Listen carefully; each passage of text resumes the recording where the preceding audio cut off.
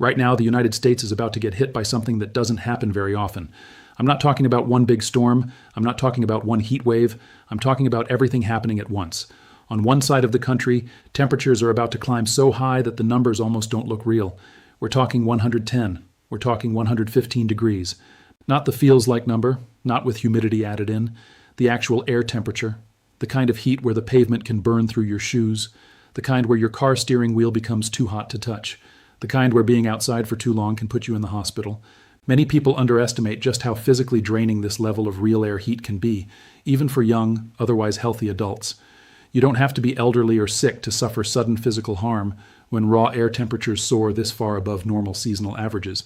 Even short outdoor errands can turn dangerous if you skip drinking water or push yourself to keep working in open sunlight without breaks. And while that is happening in one part of the country, something completely different is building in another. A storm machine is turning on. Not one storm, not two. Round after round after round of violent thunderstorms are lining up to hit the same parts of the Midwest and Great Lakes over and over again for days. We're talking damaging winds that can rip branches off trees and throw them through windows. We're talking hail the size of golf balls falling from the sky. And we're talking about tornadoes. Real ones. The kind that can level a house in seconds. These tornadoes do not always give hours of advance notice. Some spin up quickly from ordinary-looking storm clouds, giving local communities only minutes to get to safety. Homes with weak roof structures, mobile homes, and outbuildings are especially vulnerable when these destructive winds touch down. But here's the part that almost nobody is paying attention to. There's a third threat hiding behind all of this. One that doesn't make the dramatic headlines, one that sneaks up on people after the storms pass. And it might end up being the most dangerous part of this entire pattern. I'll get to that soon. But first, you need to understand how all of this connects. Because once you see the full picture, you'll understand why meteorologists across the country are glued to their screens right now. This is one of those rare weeks where everything lines up at the same time. The heat feeds the storms create the hidden danger. And the hidden danger is the one most people won't see coming until it's too late. That hidden risk is flash flooding and post-storm heat exhaustion compounded by high humidity. Repeated thunderstorms dump massive volumes of rain in short time windows. The ground quickly becomes saturated. Once soil cannot soak up any more water, runoff rushes across streets, yards, creek beds, and low-lying neighborhoods. Many victims of flash flooding never see it coming. They believe the worst of the weather is over once thunder and lightning fade away. Meanwhile, moisture left behind by storms traps heat close to the ground, making overnight conditions even more oppressive for people already worn down by days of extreme temperatures. This double stress on human bodies is rarely discussed on regular news segments, yet it raises hospital admission rates significantly. And there's one more thing I haven't even mentioned yet. The Atlantic Ocean, the place where hurricanes are born, is doing something very strange right now. Something that looks like good news on the surface. But underneath, there's a catch that could matter a lot before the season's over. We'll get to that too. So, let's break all of this down. I want you to understand exactly what is coming, exactly where it's heading, and exactly what you should do about it. Because this is one of those forecasts where knowing what's happening a few days early could genuinely keep you and your family safe. And if this kind of weather explanation helps you make sense of what is unfolding instead of just leaving you feeling frightened, stick around. This weather pattern will keep shifting over the coming days. Conditions expected for Sunday alone could shift quite significantly. Small shifts in the position of the heat dome, the path of upper-level winds, or the arrival timing of cool air can completely rewrite local risks from one county to the next. When changes take place, you will want to be among the first to know. What you will get here is straightforward, truthful weather information designed to help you stay prepared for whatever lies ahead. Make sure you turn on notification alerts so you can stay updated through this period. Don't rely only on social media posts shared by random accounts. Official emergency alerts sent directly to your phone are built to cut through noise during high-risk events. Let's begin with the heat, because that is where this whole situation originates. A massive pool of hot air is sitting right over the middle of the United States, and it is not moving anywhere. Picture it as a huge invisible lid. Imagine putting a pot on your stove, turning up the heat, and placing a heavy lid on top so no heat can escape. The air trapped underneath keeps growing hotter and hotter. Winds cannot push it away, clouds cannot break through it. The heat simply stays put and bakes everything beneath it. That is exactly what is unfolding across central and southern plains areas. The temperature readings we are seeing are truly extreme. Let's go over some of those numbers. Certain southern and northern plains regions are looking at high temperatures pushing toward 115 degrees. Take a moment to process that reading. 115 degrees is far beyond an ordinary hot summer day. This is life-threatening heat. It is the sort of heat that prompts weather officials to urge everyone to remain indoors. Road surfaces can warp, power supplies get pushed to their breaking point, and simply walking out to your vehicle can leave people seriously unwell. When electrical grids are stretched thin by millions of air conditioners running nonstop, rolling blackouts become a real possibility. Losing cooling in the middle of this brutal heat amplifies danger rapidly for seniors, people with chronic health conditions, infants, and anyone without alternative ways to stay cool. Worse still, this is not just a single-day event. A single sweltering afternoon is something the human body can cope with. Drink enough water, stay indoors, and you will be fine the next day. But this heat is persistent. By Saturday, it begins spreading further north. Temperatures surge well past 100 degrees in areas that normally enjoy mild summer highs in the 80s or low 90s. Communities that rarely install heavy-duty air conditioning will face conditions their homes were never built to handle. By Sunday and Monday, conditions grow even harsher. Multiple communities across Central Plains zones will see highs near 112 degrees. Across broad stretches of the southern and central plains, there is no real relief from the heat. Day after day, thermometers barely drop even once night falls. That detail often slips people's minds. When daytime highs hit 112 degrees, you would naturally expect cooling overnight. Under this heat dome system, however, nighttime temperatures also stay dangerously high. Your body never gets the chance to cool down and recover. You go to bed hot, you wake up hot, and the next day brings even higher temperatures. Sleep quality drops sharply in these warm nights, leaving people fatigued and less able to tolerate heat exposure the following daylight hours.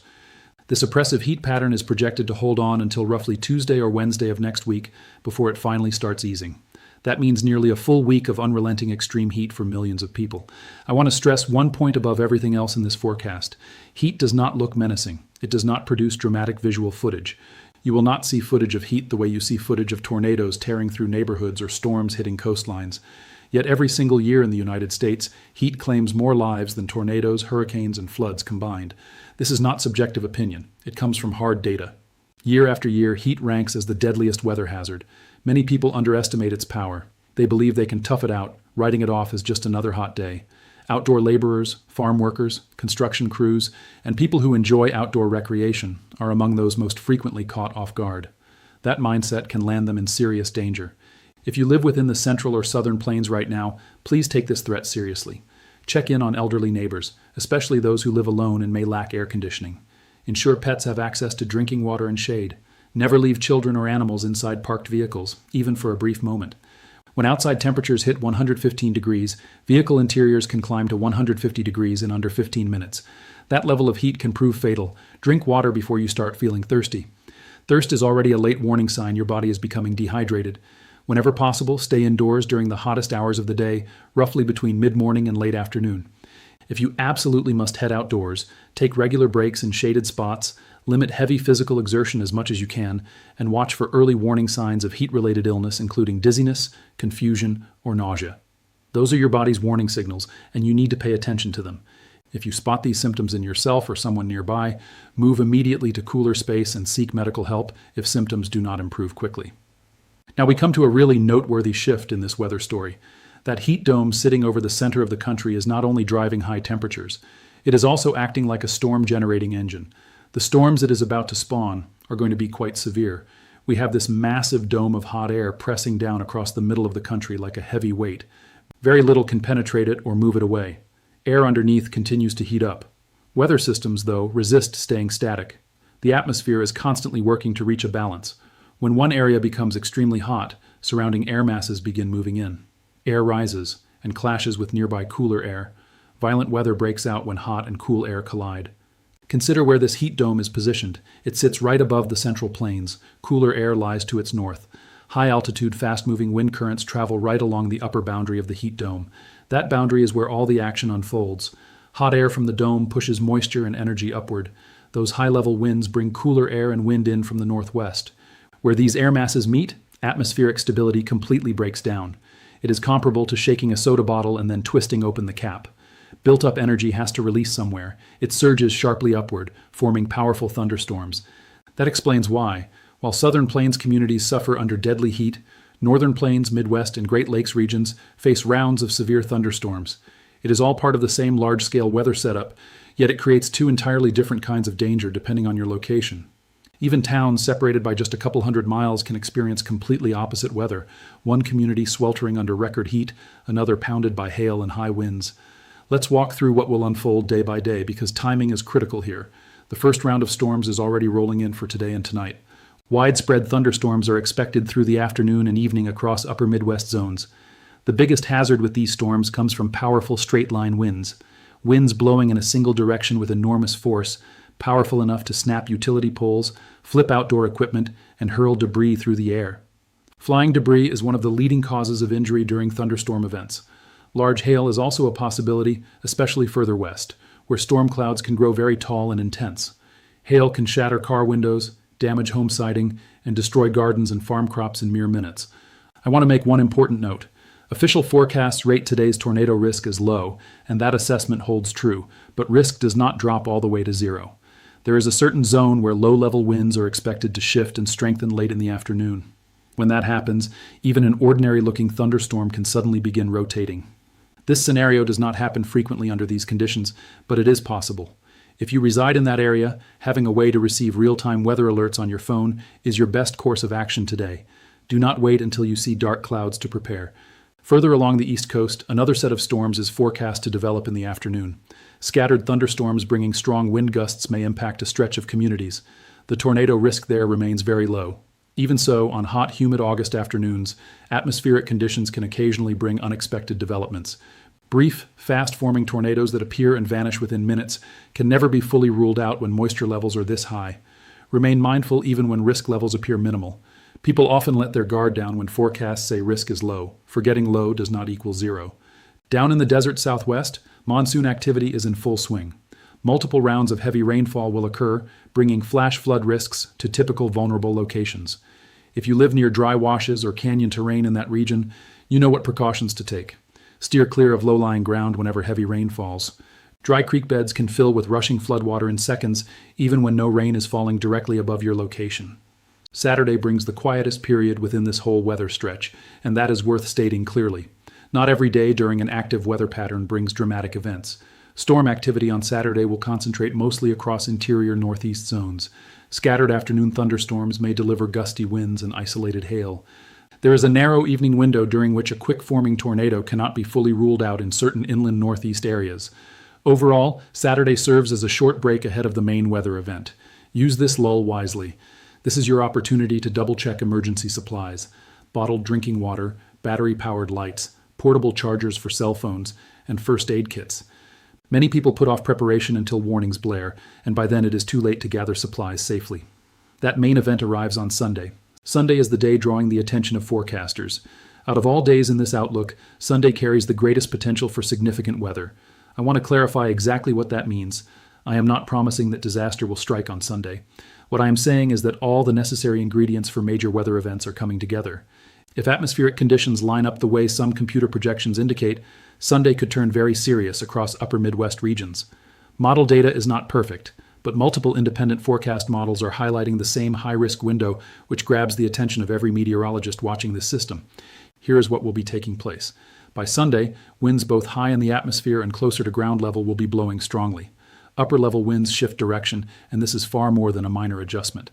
This shift enables air to start spinning. That rotation is exactly what severe rotating thunderstorms require to develop. That type of storm is known as a supercell.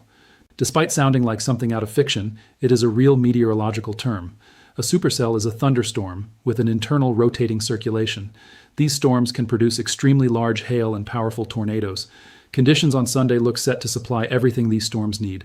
The total energy available to fuel storm development is projected to be extraordinarily high.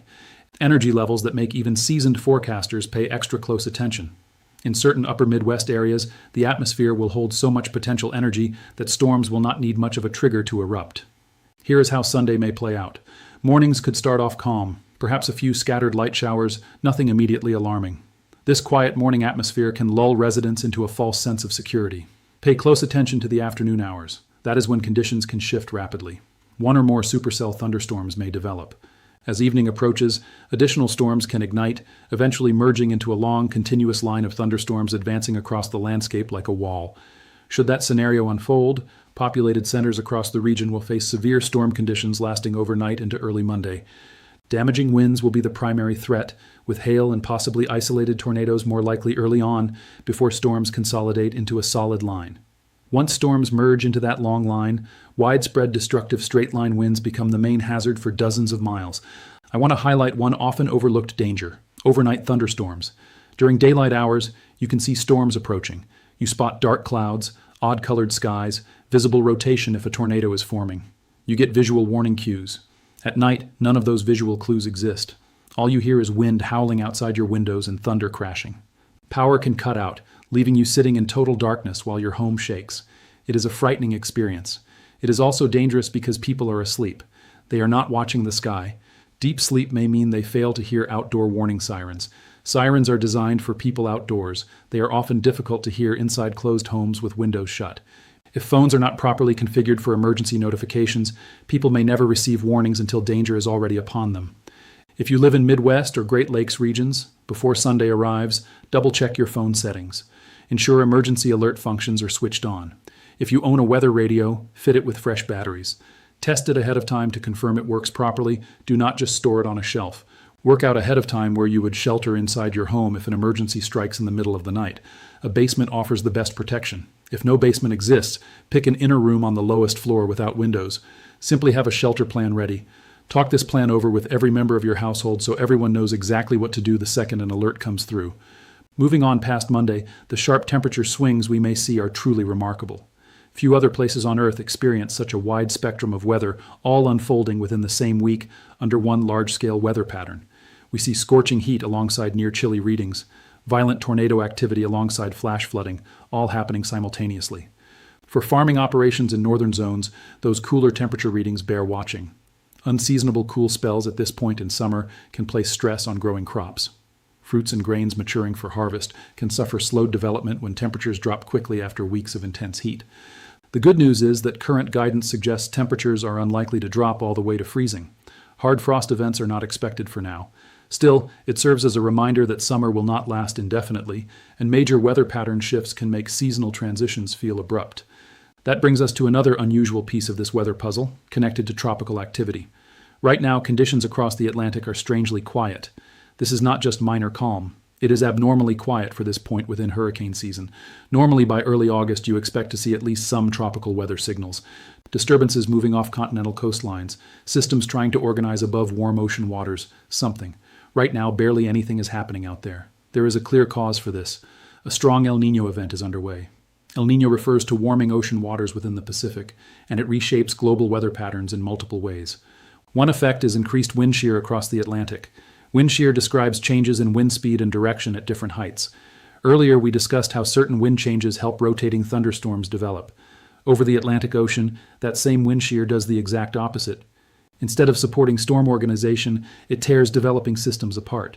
It is like trying to stack blocks while someone keeps knocking your tower over. Tropical storms need stable, calm upper atmosphere conditions to grow. Right now, upper-level conditions over the Atlantic are anything but stable.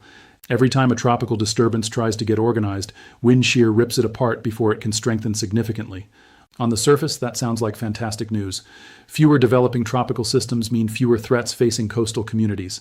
But there is an important catch. All that warm ocean water across the Atlantic remains in place. All summer long, the ocean has absorbed heat.